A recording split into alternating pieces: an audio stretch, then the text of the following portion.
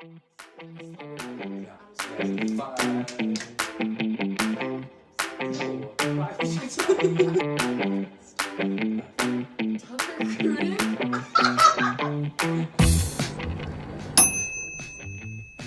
Oh, okay. The Well, popcorn's ready. I'm gonna go get it. Okay. Stay right there. Okay. I'll be quick.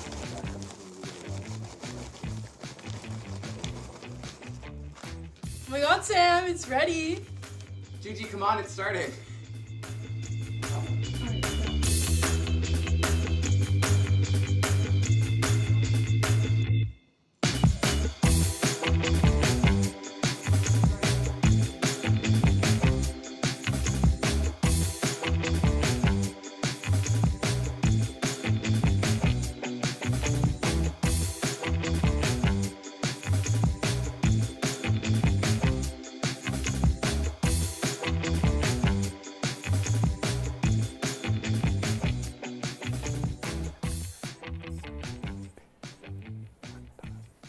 Welcome to the Rundown.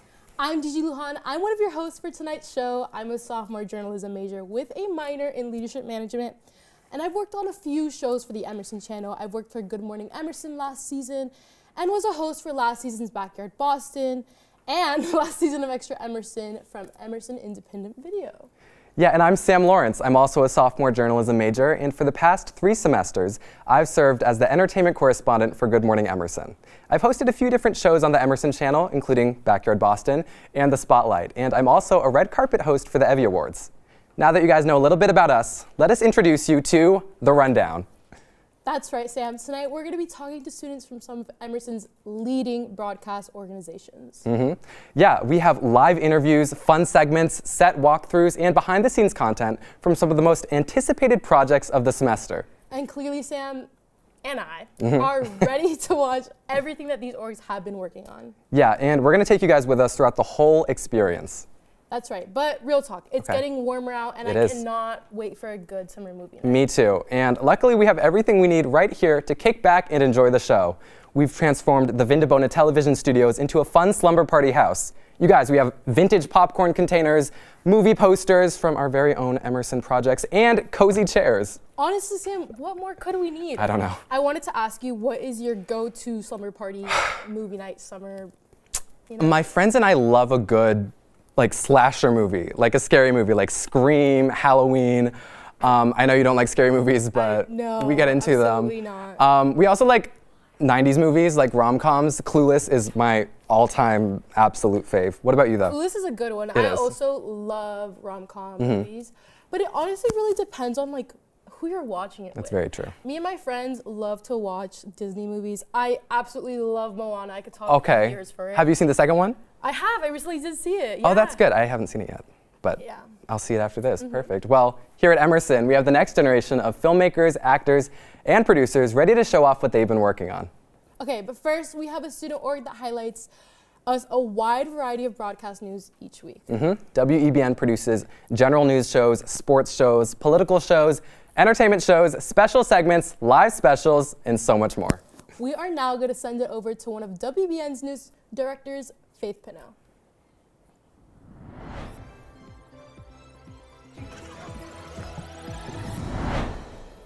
Thanks so much, guys. I'm Faith Pinnell, live from the Journalism Production Center, the home of WEBN. Let's take a look at what our organization has been up to this semester. First, WEBN Sports went to New Orleans to cover Super Bowl 59. The group covered everything ahead of the big game: team press conferences, security enhancements, and the first ever Super Bowl parade. WEBN's Nick Antonakis had the chance to speak with fans from the Big Easy along the route. After 59 Super Bowls, 11 of which were in New Orleans, we have the first ever Super Bowl parade. And if you look around me, this is insane. We've got giant floats, fans filling the streets, beads being thrown into the crowd. I have about 11 necklaces around me right now of gold beads that have been thrown off of these floats. And it just goes to show you, New Orleans knows how to party, and they also know how to put on a Super Bowl week. Happy Super Bowl!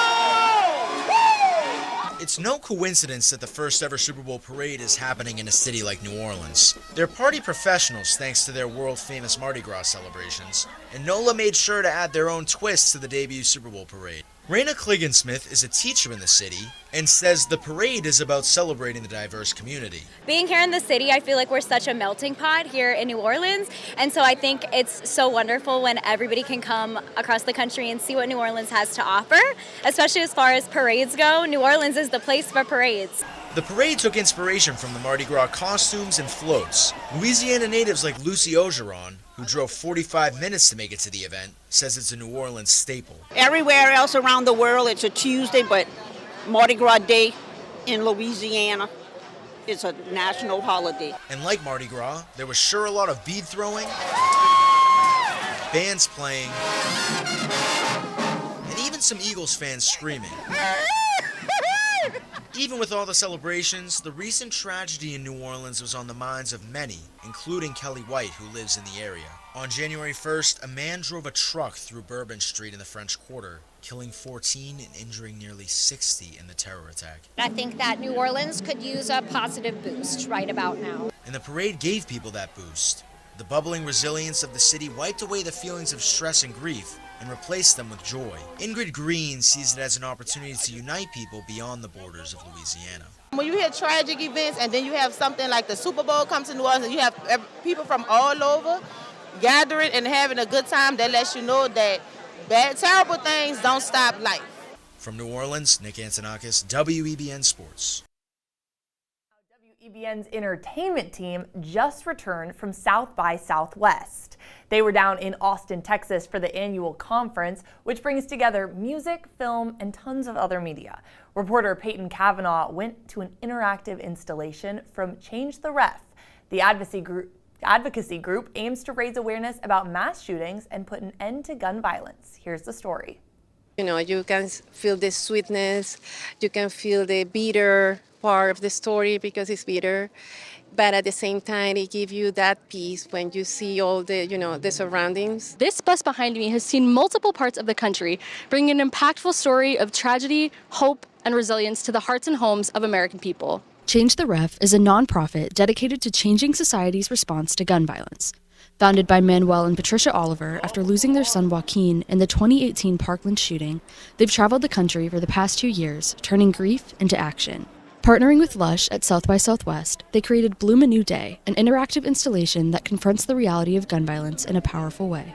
Visitors were encouraged to begin the experience seated in a mock classroom, using their phones to hear a recording of a simulated school shooting. Plastered on the walls, numbers showing the impact of gun violence in America, and sunflowers with the names of those lost in school shootings. Joaquin gave sunflowers to his girlfriend Tori for the last time on Valentine's Day. So it became a symbol because those were the last flowers that he was giving to Tori and to someone. The experience ends with an opportunity to speak with Manuel and Patricia and a call to action to sign their ongoing lawsuit, Joaquin Oliver versus USA, or the Lawsuit for Survival. The case asks the Inter-American Commission on Human Rights to request the U.S. implement strong gun control policies to prevent further mass shootings and instances of gun violence. Joaquin is suing United States through the Organization of American States because Joaquin was violated of every single human right. Christina Delgado is a Southwest Advocacy Associate for Community Justice. The Texas mom became an advocate for school safety after the Parkland shooting. She never imagined a student would open fire at the local high school. My friends lost their children in that shooting. My neighbor lost their niece. My daughter lost a classmate, and I nearly lost a friend who was saving children's lives. The Santa Fe, Texas high school shooting on May 18, 2018 left 10 dead, including 8 children. For Delgado, the experience led to action. Here in Texas, I never thought it would have happened, and I certainly didn't think it was going to happen in a small community. And if we do not make significant change, it is going to affect each and every one of us in some capacity. For Manuel Oliver, father of Joaquin Oliver, the only way to drive home this mission is through conversation. I would love everyone to talk about this in any single moment. I hate when journalists and reporters talk about gun violence only when something bad happened, when we all know that it will happen again. So we should be talking about this all day long. Change the Ref is now back on the road, bringing their story to D.C. to sue the United States in Joaquin's name. From Austin, Texas, for WEBN, I'm Peyton Kavanaugh.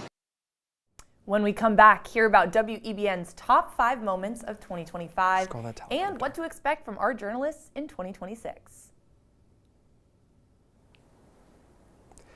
Thank you for that incredible segment, Faith. That was a super important topic to touch upon. And you guys have been very busy this semester, clearly, with going to the Super Bowl as well. What has been your favorite part of working with WEBN these past few months?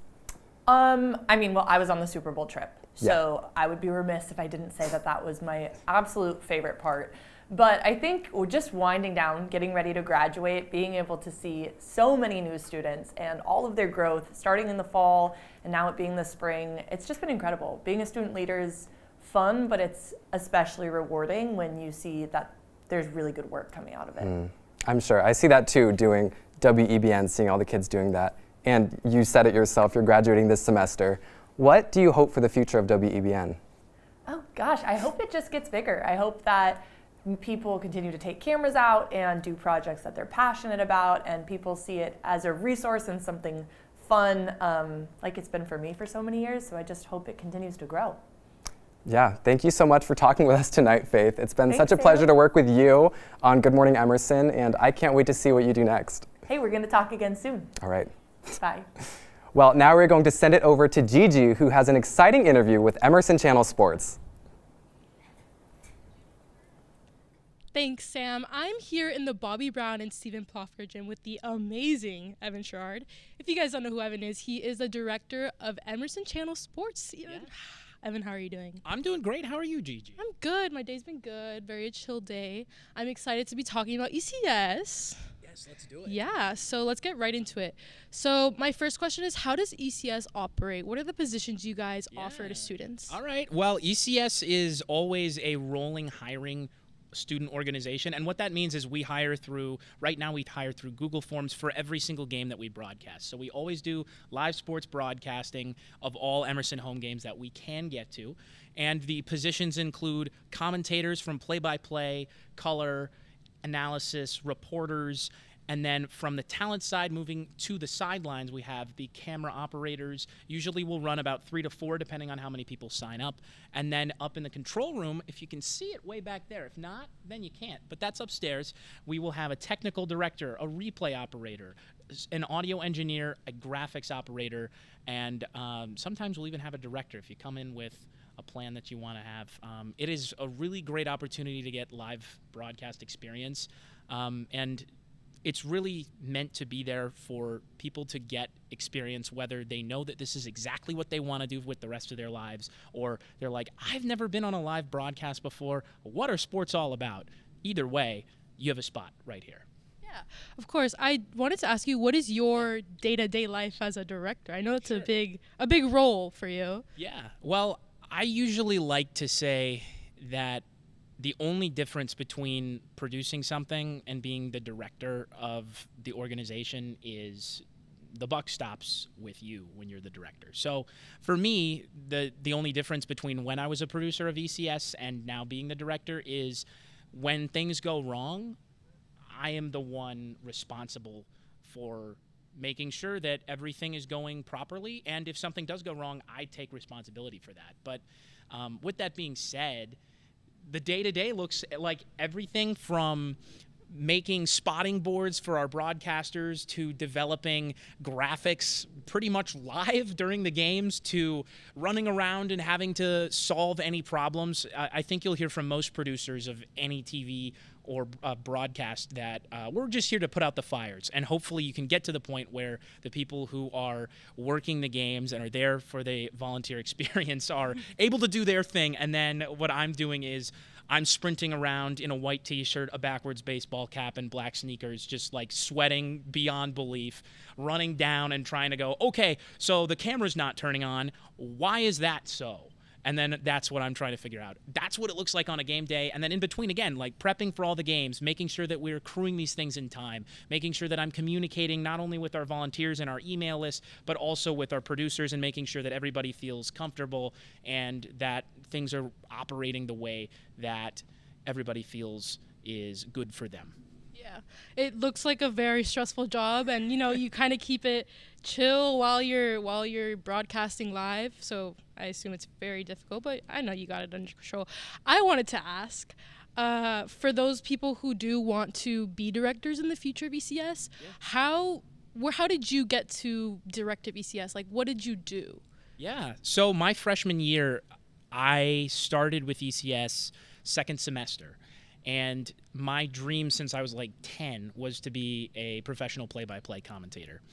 And I was scared to come out, and eventually I did.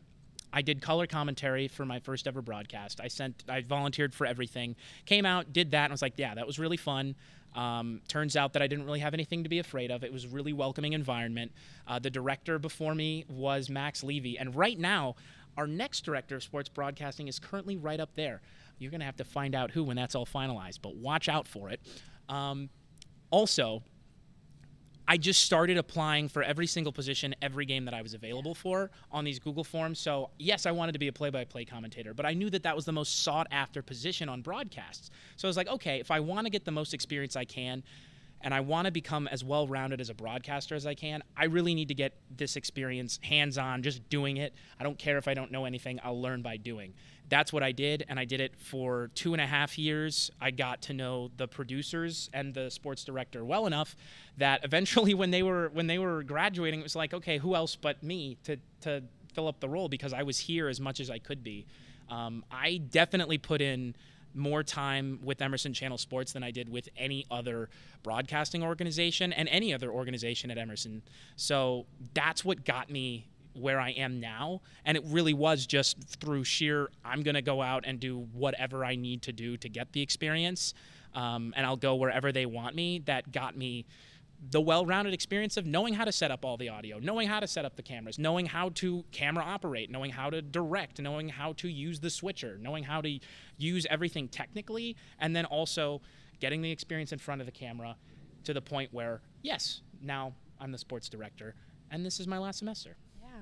Well, I do know who the director is, but we're going to keep a secret for you guys. I do want to ask one more question. You are graduating. Yes.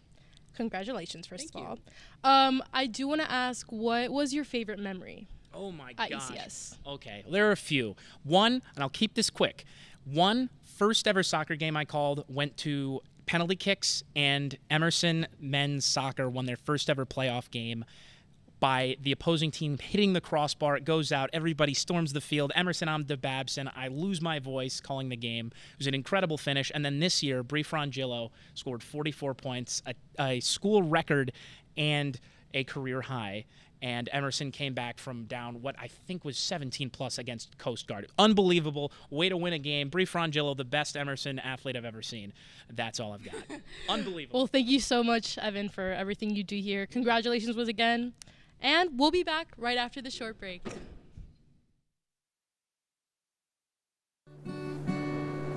The grass, the trees, a gentle breeze, a smile, a laugh, a kiss on the cheek.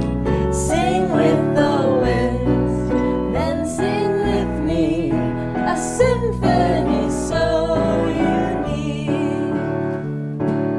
Rootsy Daisy, oh the adventures you'll see. Maybe we'll be bestest of friends, you and me.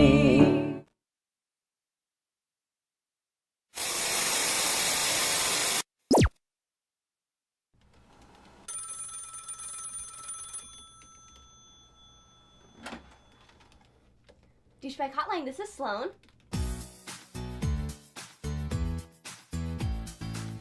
You have detective brain from writing all those Wilson and Spaghetti stories. What's so difficult about apprehending a few man-whores here and there?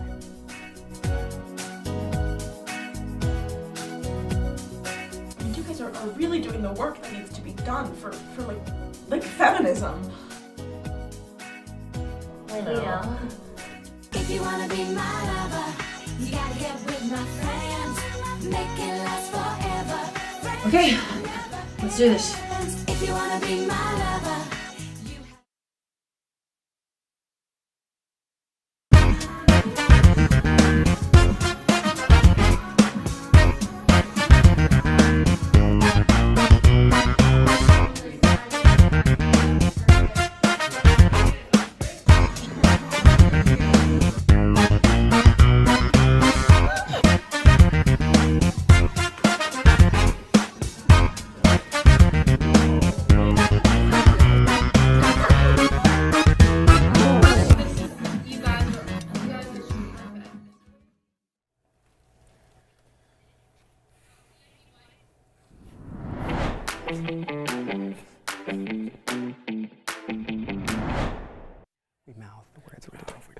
Welcome back, you guys. I am here with a man who needs no introduction. He has made his mark here on the Emerson Channel and on EIV.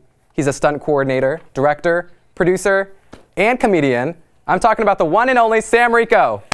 Come on, you guys. How's it going, Sam? I'm doing great. I'm so happy to be here. I'm happy to have you here. Sam is going to teach me a really cool stunt phrase from an EIV show called Nightlife. So, tell me a little bit about the sword fight. Who does it in the show, and what is the meaning behind it?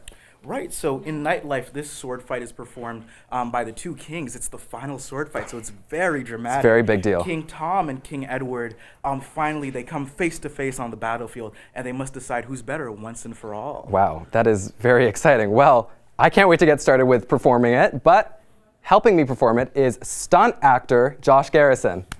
Welcome out, Josh. Woo! What's up, yo? How are you doing? I'm doing good, yeah, happy to be here. Thank you for being here. Well, let's get started. I'm ready. Okay. I'm going to be using this sword. Thank you. This is a very large weapon, but I'm ready to be. Oh, thank you. Thank you. So all right. Sam will play the role of our beloved King Edward, and Joshua will take on the role of King Tom. Okay. Hello, my good sir. Oh, well. So now let's have you both take basic stance. Okay. Basic form. Okay. Amazing. Keep your swords up, pointed at each other. Okay. Are you ready? Yeah, we're ready. Okay. It's exciting. Let's do this. So okay. Joshua will take a step forward, and he will charge and do an overhead attack right at your head. Okay. And you block that. With your, oh, look there at we that. go. Beautiful. Look at that. And now he raises his sword again. Okay. And he's going to swipe it to your right, and you have to dodge it. Oh, dodge it. How? Oh. Yep. Go to your side. Go to your side. Go to my side, and then I'm like dodging it like that. You don't have to block it. Just dodge it. Okay. Oh, wow. Perfect. Just going right by me. Okay. Okay. He goes right behind him, and now you take he takes his sword away, and you see your opportunity for an attack. So you're going to go in for his hip. Like that? Yes. There we go. And he blocks it. He's not letting you get that easily. Okay. Oh. So now he raises his sword, and he's going for your legs. Okay. Not today. You jump. Perfect. Beautiful. It's a lot of stunt work today. Okay. And now you take a step back. You take a step back. Okay. And for his final trick, yes, he charges at you, and you just need to step out of the way. Okay.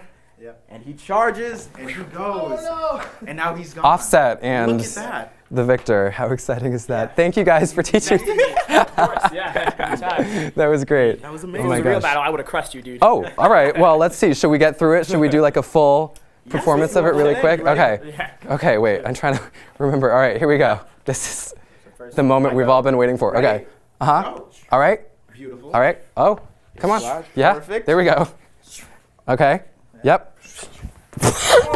And he got my foot. There we go. And he dodges me. I win. Thank you so much.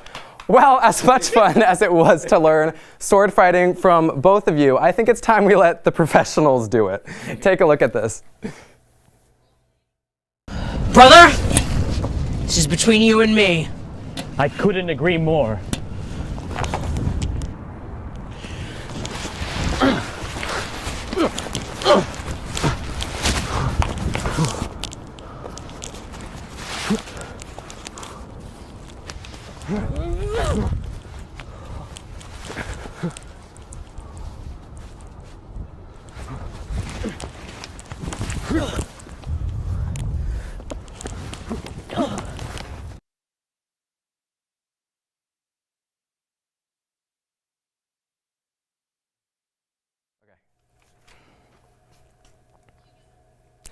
Thank you guys so much for that incredible performance. Now, we're going to head back to the DeBona studio where Gigi has a special segment for us.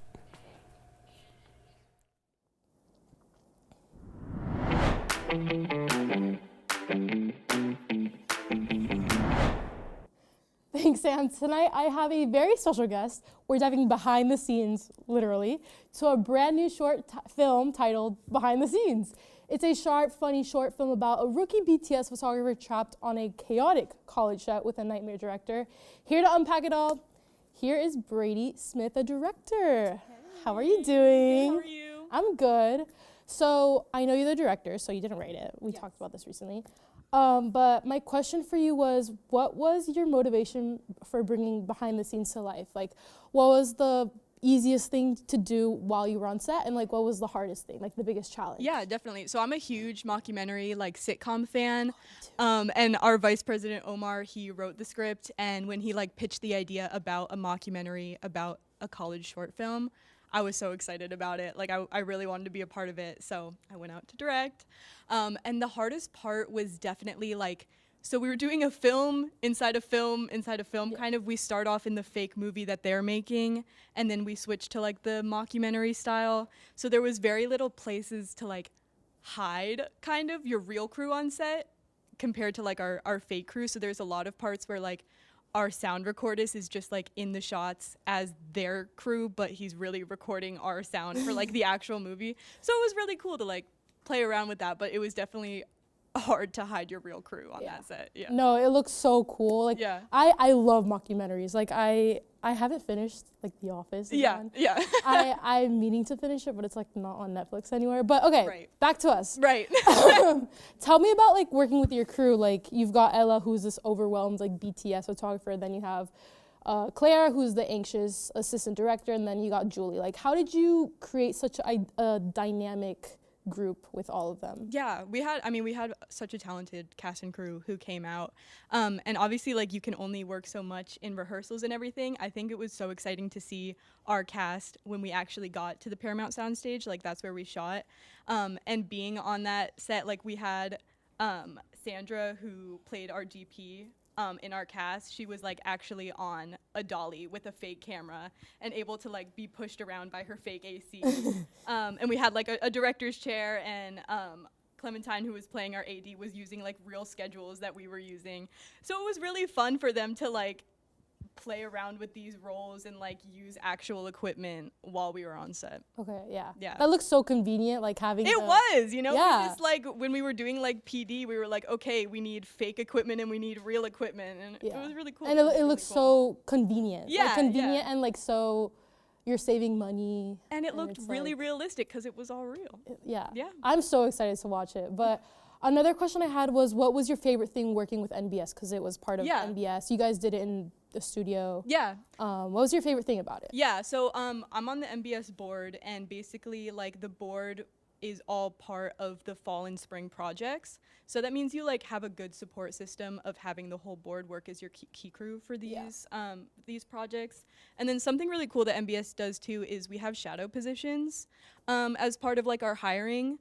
So if you're interested in like directing or DPing or ADing and you feel like maybe you don't have a lot of experience, or you just want to like learn about that for the weekend, you can come out to be like a director shadow. And you would like, I had 3 different shadows I think on our set, and basically like I would try to like explain what I was doing the whole time. I let them like call action and kind of give notes to actors and things like that. So it's really fun as like a way to like try out something you really want to maybe haven't had experience with, but not like fully have the responsibility of doing it too. Yeah. Yeah. Because you get other people to join in with you. Yeah, exactly. A lot of opportunities for them. It's super like collaborative too, because you just get to work with so many different people and like so many different departments. Yeah. Yeah. So I guess this brings me to my next question. How do you, people who don't really have the experience and are kind of scared to jump in, how do you think they'll get involved with NBS? Yeah, so I started with NBS as a boom op. My freshman semester, my first semester here, and really you just got to try everything, you know, like I've done so many different things, and that's really the best way that I think I've figured out what I like doing is just by trying everything. Like there's so many opportunities available to you, you just gotta kind of take those when they come to you, you know? Yeah, you definitely need to try like different positions to figure out and we're always hiring. We have so many different shows. I do Musicians Wanted To with MBS, like we have so much going on, so just be on the lookout for it, you know? Yeah. Yeah. So what was your, I wanted to ask like what your favorite part was in the production. Yeah. I think my favorite things to film were actually like the talking heads, like in The Office when you have just like Jim sitting somewhere. We did something very similar to those. Yeah. And we had this like window in the background. So we would get Nate, who was playing our director, and we would have him like do things through the window that you would see through the talking head. So he'd be like calling after people, and like it was really fun. I think our cast had such a fun time like playing around with each other. It was such a fun. It looks so fun. Environment on set. Yeah, definitely. Well, Brady, thank you so much. Thank you for having me. Yeah, of course. It sounds like you guys made something super special. You guys had a good time. It's like a family inside a family in every production. But now we're gonna pass it over to Sam, who has some fun EVVY updates for us. Sam? That's right, Gigi. The Evvys are less than a month away, and our team at The Rundown got the opportunity to interview the show's producers and pick their brains about what we can expect on May 9th. Take a look.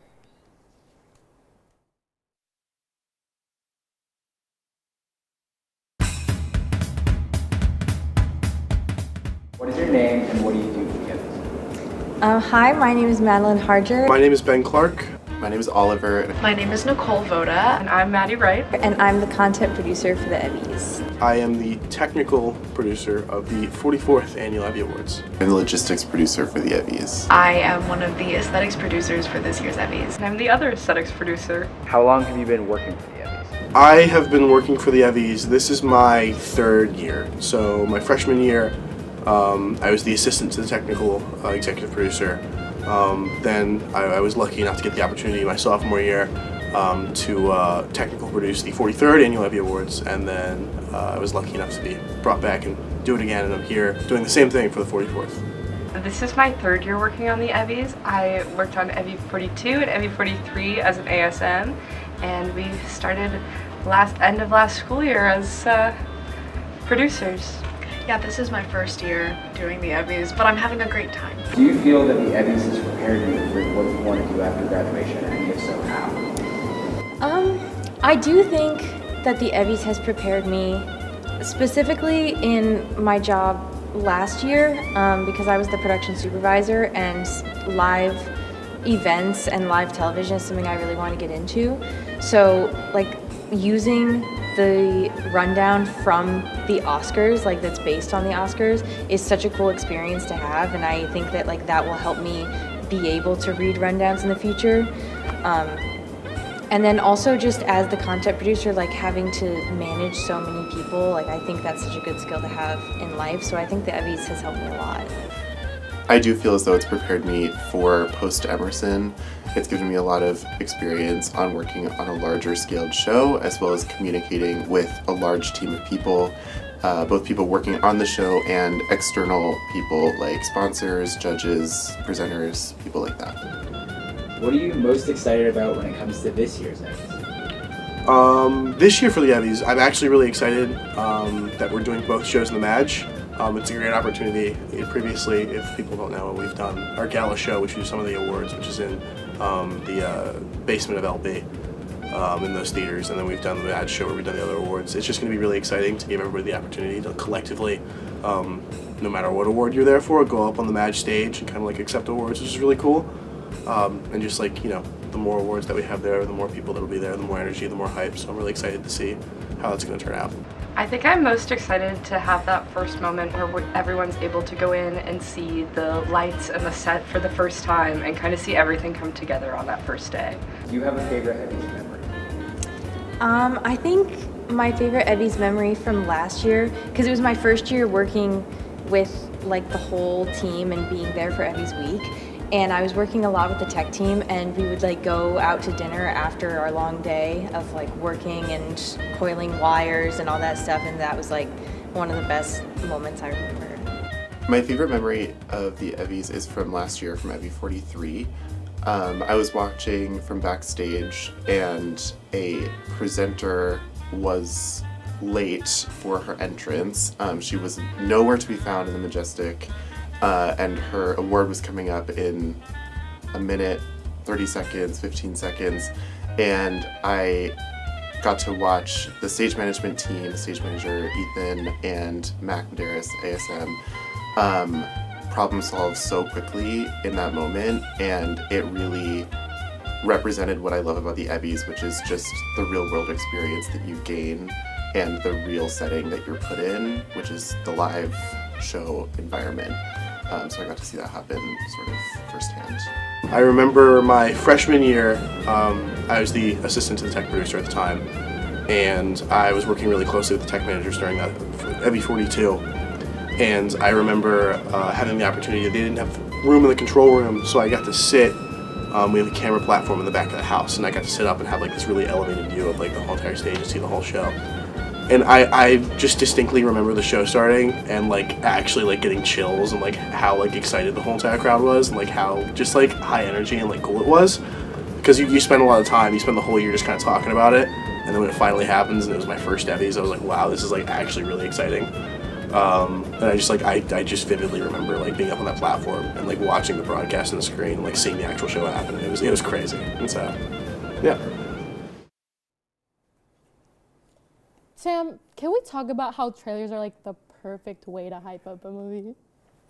Right? I mean, I think a good trailer gives you just enough of the vibe, the style, a hint of the story, but it doesn't really spoil the whole thing. Exactly. You just gotta tease it like without giving the goods. Yeah. Like show me enough to go to the theater. Yeah, get in the seat, but you know, you gotta do what you gotta do. And the music, the editing. I mean, sometimes I'll just rewatch trailers instead of seeing the actual film because it's like its own little cinematic masterpiece.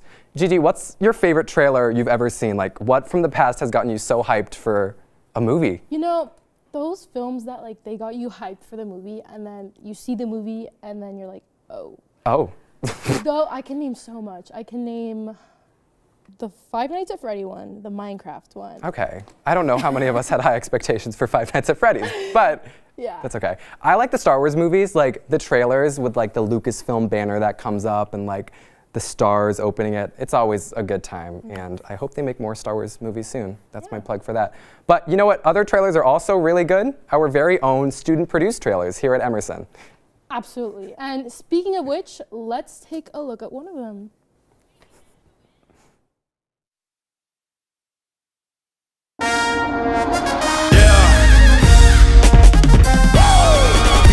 Bullied and dunked on. Beat up, bullied and dunked on. We only rock the Mavericks. If you a clone, then step off the canvas. Lest you get beat up, bullied and dunked on. We gon' leave you beat up, bullied and dunked on. We said we only rock the Mavericks. If you a clone, then step off the canvas.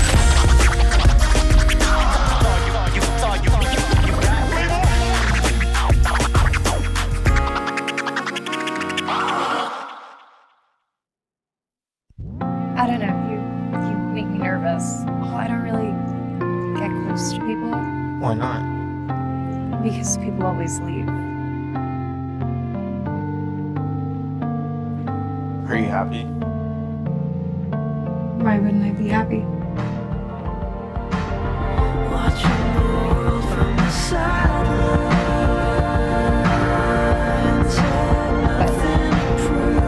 Nothing. You're really smart. Sometimes I wish I wasn't. And why is that? Because then I wouldn't be aware of the fact that we're here for two different reasons.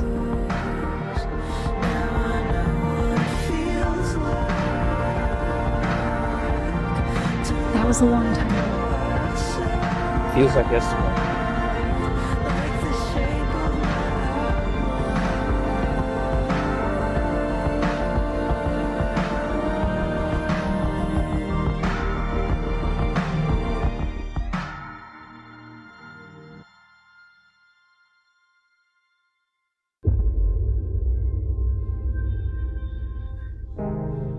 There are people above us. Real assholes who use you mortals as tools to fuel their power. It's like a cosmic big dick contest. Oh, God. Yeah, he's one of those assholes I'm talking about. God has started a new task force. You just do what we do, but for heaven? What if I help you bring souls up here? Like a ship with Let me get this straight. You come in here, call me unoriginal. Don't scream. And yet, I built everything.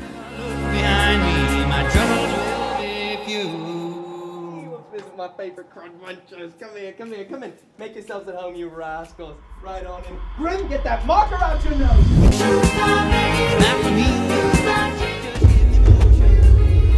You know what, Snaggy? You can hide in heaven with your stupid little halo all you want. But I know who you are and what you've done, and no amount of hiding can change that. Hey, Snags, you okay?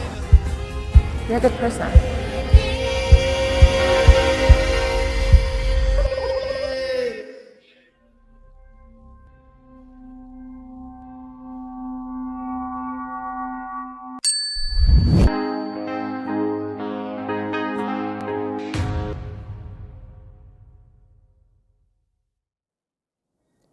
Wow.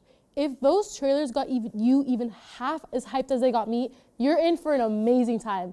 But you know what else is hype? You know what? Let me just show you. Here are WEBN's top 5 moments of the semester. Let's take a look.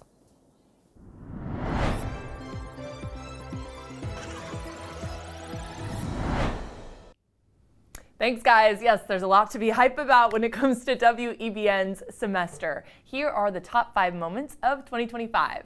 As you can see, we had a busy spring inside and outside of the newsroom. Back in December, WEBN collaborated with Emerson Channel Sports for a live Emerson men's basketball broadcast. The 2-hour show included pregame analysis, half-game, post-game reports, everything, as well as full play-by-play and color analysis. And while the Lions impressed on the court, our anchors and analysts, as well as the ECS crew, made the show a slam dunk. It's a collaboration that was the first of its kind and hopefully just the start of more opportunities for young sports reporters at Emerson. And on election night, WEBN and the Emerson Channel went live for 3 hours. The production spanned 2 studios with over 60 students involved. 4 reporters also went out into the field to deliver live results and updates as the night went on. Reporters took deeper looks at issues such as voter turnout and local elections. In studio, correspondents covered swing states, the Senate, and the House. They also reported on key ballot issues such as abortion and gun rights, as well as governor races all across the country. And more, our panel of analysts in Tufty took a look at Gen Z voting trends and social media's role in the election. And a highlight of many WEBN sports journalists is the chance to do stand-ups outside of sports venues in Boston. This year, groups of students gathered interviews and filmed before Bruins, Celtics, and Red Sox games. Just last week, a group of 10 journalists practiced stand-ups outside of Fenway Park before opening day. WEBN got to experience the excitement of the first pitch of 2025 while honing in on their field reporting. These are great opportunities for students to practice before trips like the Super Bowl and spring training. And every October, a group of WEBN journalists cover the head of the Charles Regatta. This year, 30 students, along with WEBN leaders, covered the weekend-long event, gathering interviews, writing articles, and creating news packages. The Head of the Charles event offers some of our newer members a chance to get more comfortable with field reporting, our Panasonic cameras, and practicing stand-ups. This year, students spoke to athletes from all levels, including fans and sponsors. And at the end of the weekend, each student is responsible for turning in a video package. And after a strong 2025 filled with multiple special productions and trips, WEBN is so excited to celebrate the 25th anniversary of our organization. WEBN has grown into amazing heights over the past 2.5 decades. And while some things have changed, such as our logo and our technological advancements, some things have stayed the same, like the organization's continued commitment to striving for journalistic excellence, providing opportunities for journalists to learn in the field, and creating a space for students to grow together remains at the heart of our mission. Next year, stay tuned for some exciting events celebrating this milestone. And coming up in 2026, more local coverage, weekly productions, and web content. Thank you so much for tuning into WEBN's segment during the rundown. Our organization, as a reminder, is welcome to all majors and abilities. So if you'd like to get involved, follow us on MConnect and Instagram at WEBN_Boston. Back to you in Tufty. Okay, yeah. Well, now we're going to switch gears a little bit to a project on the Emerson Channel. Rootsy Daisy is a new show whose target audience is a little younger than M-Chan's usual college-aged demographic. That's right, it's a children's show, and it takes place in a magical treehouse. There's so much to get into with this show, and luckily, we have one of its creators and a leading star in the studio with us right now. Hello, guys. How are you doing? Hey, Sam. How's it going? I'm doing great. Can you guys introduce yourself for our viewers? Yeah, I'm Avery. I play Daisy. I'm Justin, and I'm the co-creative producer and the head writer. Wow. I'm very excited to get into this. First, could you guys walk me through the creation of Rootsy Daisy? Where did the original ideas come for it? How did you guys kind of start putting it together? And are you happy with how it's looking right now? Yeah, I mean, well, we definitely, me and Callie, the other co-creative producer, we were really, we saw a need for it. I think in the industry a little bit. We really enjoyed like Sesame Street and shows that took their time and we're educational and talked about our emotions. And so we kind of tried to base it a little bit off that, like Blue's Clues, Fred Rogers as the host. And I am really happy with how it's coming out right now. It looks fantastic. Yeah, great. And what was your favorite part of filming the show for both of you? I know you kind of have different positions on the show, so I'm kind of interested to get those two different perspectives. Yeah, I mean, there's so much music on the show, and that's been really fun. Daisy gets to play guitar and welcome in Greg, the Good News Mailman, every time. We end the show with a song that everyone that's been in the episode gets to sing, so that's been really fun. The composition for the songs is it's incredible, and it's so fun. Yeah. So you're a guitar player? Yeah. It's live guitar? Yes. Incredible. We're actually in the same a cappella group, so I know you can sing. I know you can sing, but guitar, that's very impressive, multi-talented. Yeah. And okay, so tell me about the Sesame Street inspo, because you guys have puppets on the show. We do have puppets. We actually have one of our puppets right behind us. Okay, here, let's get a shot of the puppet right here. That's incredible. So, where did you find puppeteers on campus? Are they Emerson students? Listen, they live amongst us. They're everywhere. They we just kind of put out a casting call, not expecting a big group of people, but then they just came out of the woodwork, and the person that's playing Pear, Eamon, just came out just with this fantastic squeaky voice, and we were just we knew it was going to be him. So they do the voices for the puppets too? Yes. Okay, that's incredible. And it's really it's pretty funny because Eamon's actually 6'9". Oh. He's really tall. So we have him oh my gosh, crazy, and Pear lives in a stump. So we have him in this crazy position. He's lying down with his hand like this. It's but he's a trooper, and he stares through it. And what is it like acting with puppets?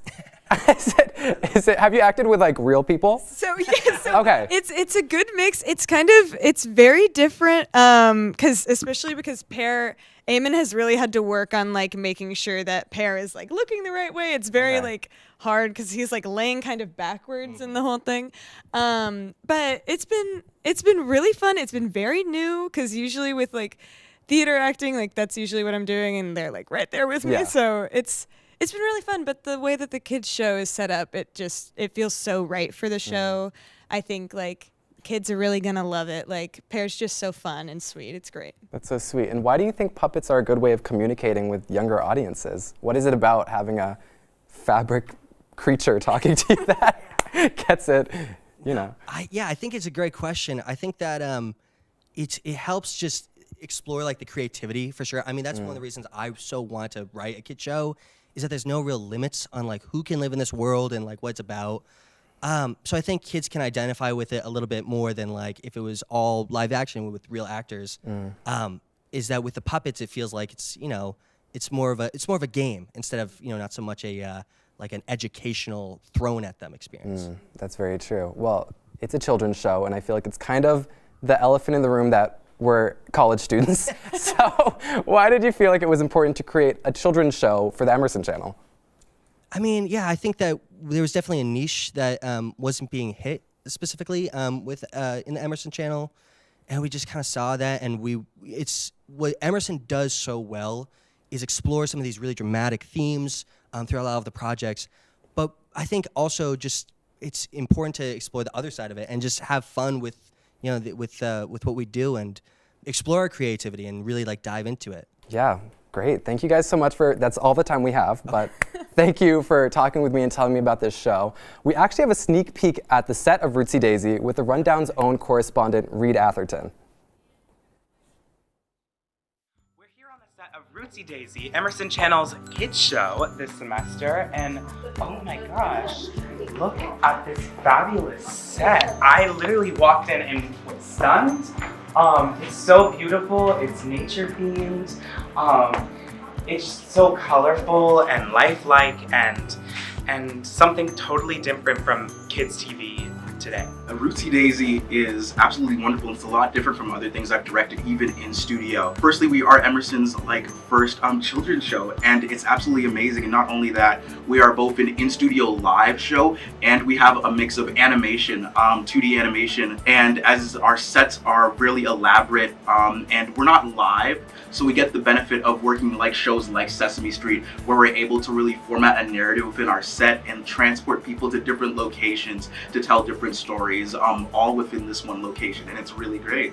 We're set in a treehouse. We wanted like something like indie and like, you know, cutesy and stuff like that. I know it's silly, but yeah, we just had kind of, you know, especially Callie. Callie had this vision that she wanted to actualize, and yeah, we're super happy with it. We're trying to reach out to greater Boston schools and having children outside of Emerson watch our show and sort of learn about Rootsy Daisy and also gain social emotional learning. Rootsy Daisy is a lot about interpersonal experiences and learning to be yourself and how you interact with other people. So learning where to set your boundaries and when to push yourself, and understanding that like sometimes you don't need to do everything that everybody else is doing, and that you have your own things that you're good at, and learning to be comfortable with who you are and to be comfortable with everybody else who is around you, and being one big old family and having fun, as our outro song always likes to talk about. I hope you enjoyed our inside look at Rootsy Daisy. Now back to the studio team. Yay, thanks Reed, that set looked incredible. I cannot wait till the show airs. Make sure you guys check it out because you guys don't want to miss it. Yeah, and I think it's so sweet that Emerson is producing a children's show. That should be our next binge watch. It should. I'll get the popcorn ready. Okay, great, perfect. Sounds like a plan. And you know, after my stunt lessons with Sam Rico, I'm really considering a career as an action movie star. Interesting. Are you sure about that though? Oh, what makes you think I can't do it? I just don't want you to ruin your pretty little face. Thank you so much. That's great. Well, what type of movie would you want to be in? Maybe a rom-com. Oh, yeah, it would be okay. cute. Yeah, you'd be great for that. Sounds a little less dangerous than an action movie. Of course. It's just like a little bit like I get to wear cute outfits and then go to gorgeous little places and then meet my Prince Charming. Yeah, I could actually see you in a rom-com or like an insurance commercial. What is wrong with you? Don't worry about it. But what? You're giving Float from Progressive. No, is what I'm saying. Okay, well, listen, I'm a failed action movie star and you're Float from Progressive, but at the end of the day, I think we make a pretty good duo. What, Sam? We do. But in all seriousness, we are so lucky that we get to watch our own peers do what they love and celebrate all their fun projects too. And I cannot wait to see what they all do in the future, but you guys, unfortunately, that is all the time we have for tonight. Yes, thank you for tuning in, and keep an eye out for all the student projects we highlighted in tonight's show. I'm Gigi Lujan. And I'm Sam Lawrence. Good night.